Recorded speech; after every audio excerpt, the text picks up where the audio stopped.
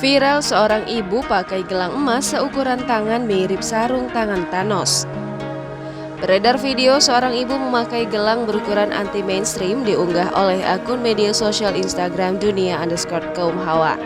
Rekaman video memperlihatkan seorang ibu memakai hijab berwarna hitam sedang memakai gelang emas.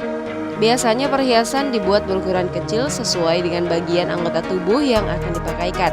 Namun, ibu satu ini menggunakan gelang emas yang ukurannya anti-mainstream.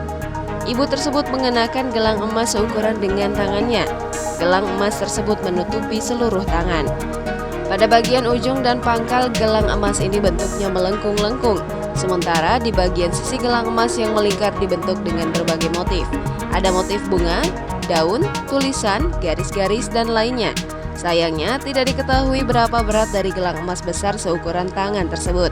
Harganya juga tidak disebutkan oleh pemilik asli video. Bentuk gelang emas seukuran tangan ini sekilas mirip dengan sarung tangan yang digunakan oleh tokoh Thanos. Baru diunggah beberapa jam yang lalu, video itu sudah mendapatkan 68,7 ribu tayangan di Reels Instagram.